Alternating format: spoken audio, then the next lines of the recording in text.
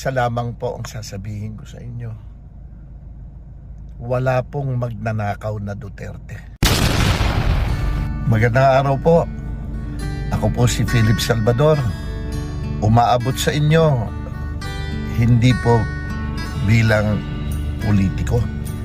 Ako po umaabot sa inyo bilang isang mamamayan. Maabot po ako sa inyo at humihiling ng inyong mga dasal. Ipagdasal po natin si former President Rodrigo Roa Duterte.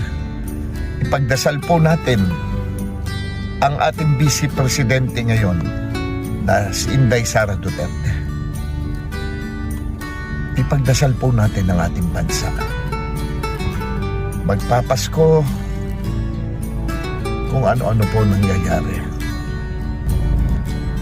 Pinipilit po silang ibagsak, pinipilit sila